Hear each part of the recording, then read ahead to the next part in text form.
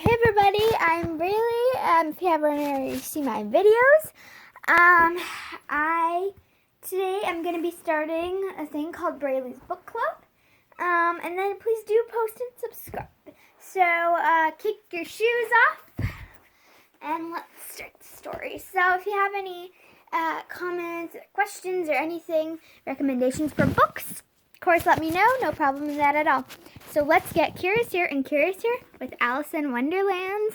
All right, here we go. It's a 2-story in one book. Okay. Here we go. So chapter 1. Down the rabbit hole. Alice was beginning to get very tired of sitting by her sister on the bank and having nothing to do. Once or twice she had peeped into the book her sister was reading, but it had no pictures or conversations in it. What was the use of a book, Alice thought, without pictures or conversation? She was considering in her own mind as well as she could, for the hot day made her feel very sleepy and stupid. Whether the pleasure of making a daisy chain would be worth the trouble of getting up and picking the daisies, when suddenly a white rabbit with pink eyes ran close by her. There was nothing so very remarkable in that, nor did Alice think so very much out of the way to hear the rabbit say to itself, oh dear, I shall be late."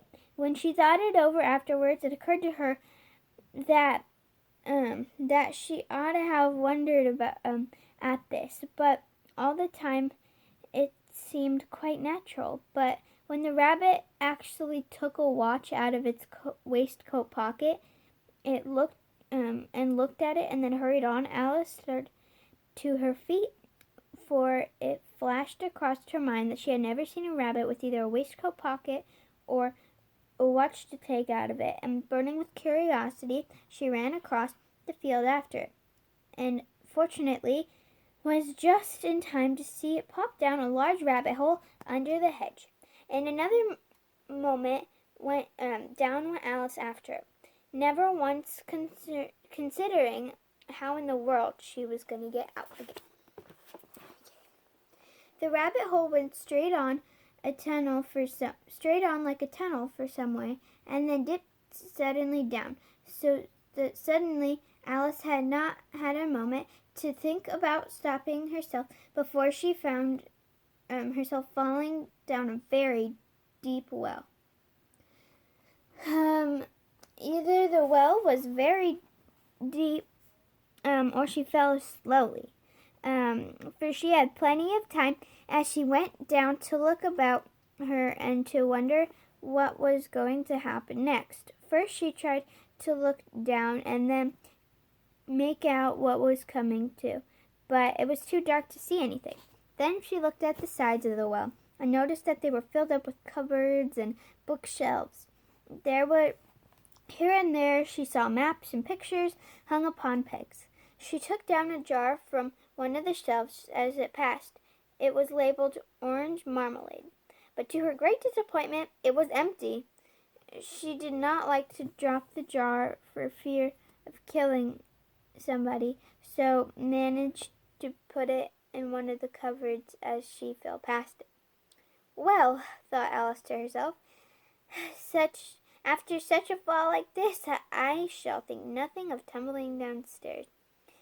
How brave they all think me at home. Why, I wouldn't say anything about it, even if I fell off the top of a house, which was very likely true. Down. Would the fall never come to an end? I wonder how many miles I've fallen by this time, she said aloud. I must be getting somewhere near the center of the earth. Let me just see. That would be 4,000 miles down, I think.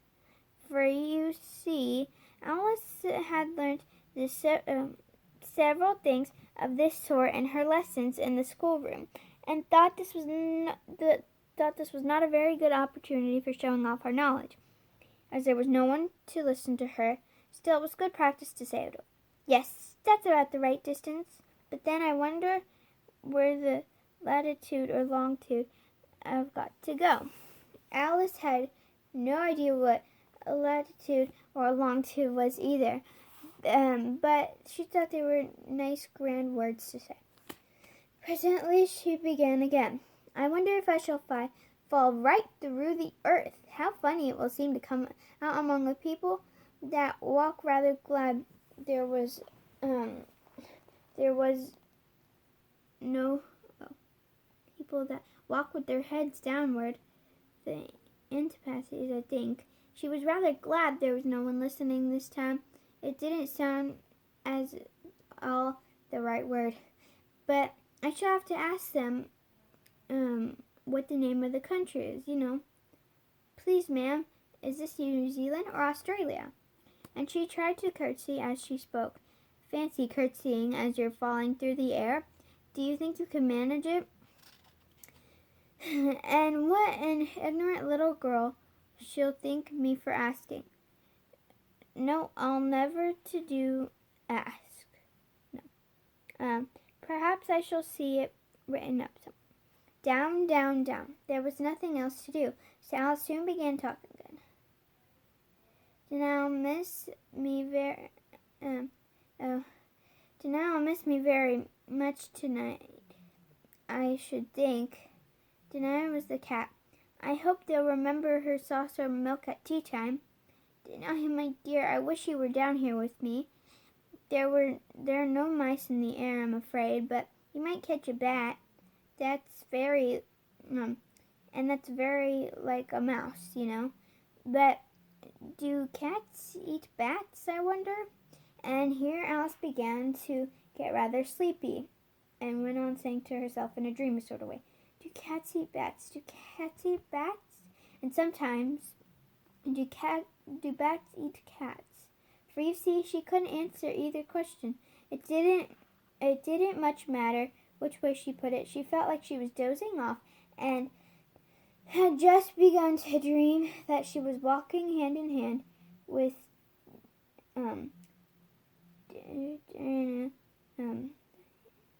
Diana, and saying to her very earnestly, "Now, Dinah, tell me the truth. Did you ever eat a bat?" Then suddenly, thump, thump, down she came upon a heap of sticks and dry leaves, and the fall was over. Alice was not a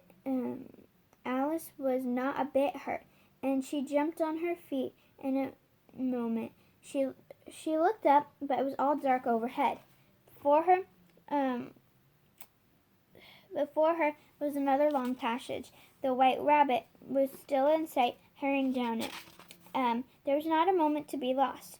Away went Alice like the wind, and it was just in time to hear it say as it turned a corner, "Oh, my ears and whiskers, how late it's getting." She was close behind when it turned the corner, but the rabbit was no longer to be seen. She found herself in a long, hollow hall which was lit up by a row of lamps hanging from the roof. There were doors all around the hall, but they were all locked. And when Alice had been all the way down one side and up the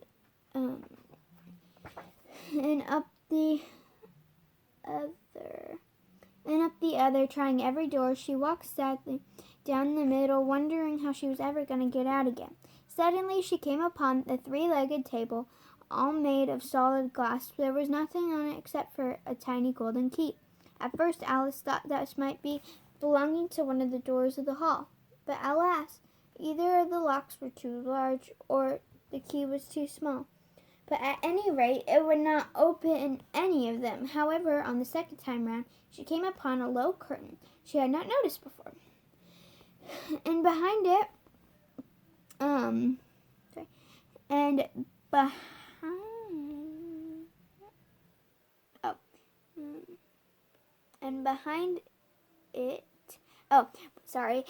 it was a little door about 15 inches high. She tried the little golden key in the lock, and to her great delight, it fitted. It fitted. Alice opened the door and found that it led to a small passage, not much larger than a rat hole. She kneeled down and looked along the passage into the loveliest garden you ever saw. How she longed to get out of the dark hall and wander about among those beds of bright flowers and those cool fountains, but she could not even get her head through the doorway. And even if my head would go through, thought poor Alice, it would be a very funny little use without my shoulders. Oh, how I wish I could shut up like a telescope. I think I could if only I knew, or if only I know how to begin.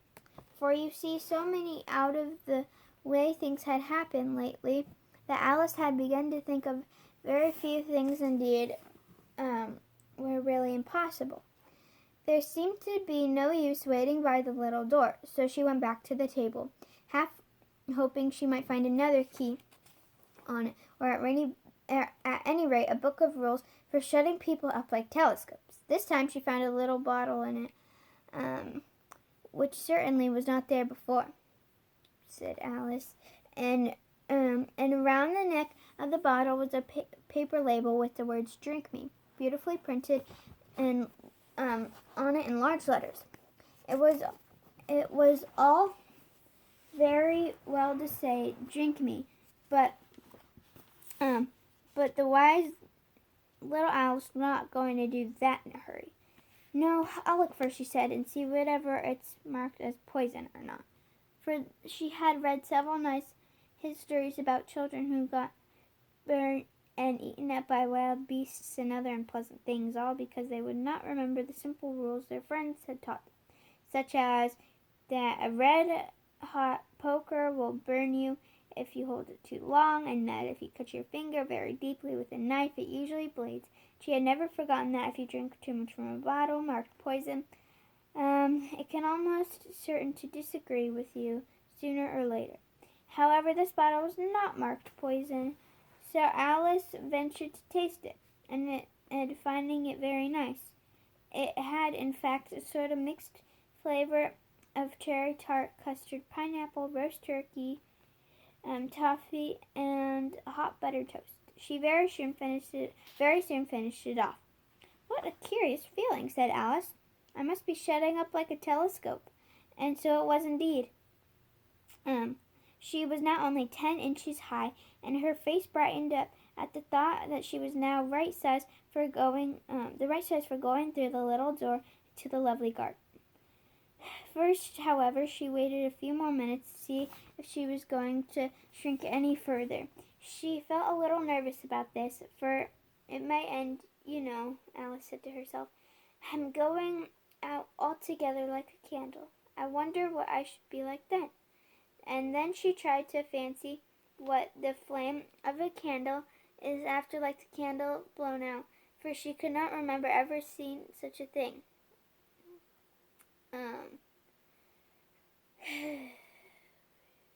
After a while, finding that nothing more happened, she decided on going into the garden at once. But alas for poor Alice. When she got to the door, she found that she had forgotten the little golden key, and when she went back to the table for it, she found she could not possibly reach it. She could see it quite plainly through the glass. She tried her best to climb up one of the legs of the table, but it was too slippery. And when she had tired herself out with trying, the poor little thing sat down and cried. Oh, come, there's no use crying like that, said Alice to herself rather sharply. I advise you to leave off this minute. She generally gave herself very good advice, though she very seldom followed it. And sometimes she scolded herself so severely as to bring tears into her eyes. And once she remembered trying to box her own ears for having cheated herself in a game of croquet she was playing against herself. For this curious child was very fond of pretending to be two people. It's no use now, thought poor Alice. to pretend to be two people? Why is there hardly enough of me to make one respectable person? A respectable person. Soon her eye fell on a little glass box that was lying under the table. She opened it, and she found a very small cake with the words "Eat Me." They were beautifully marked on the currants. "Well, I'll eat it," said Alice, "and if it makes me grow larger, I can reach the key, and if it makes me go smaller, I can creep under the door, so either way, I'll get into the garden. I don't care which happens." She ate a little bit and said anxiously to herself, which way, holding her hand on the top of her head to feel which way was growing. And she was quite surprised to find that when one eats cake, but Alice had got so much in the way of expecting nothing out of the way things to happen that it seemed quite dull and stupid for life to go into the common way. So she set to work and very soon finished off the cake. All right, and that was chapter 1, and hopefully tomorrow I will be reading chapter 2, Pool of Tears. All right, so far, hopefully we're all enjoying the book, and hopefully I get to finish it, and I bet it'll be the amazing story of Alice in Wonderland. All right, thanks everybody.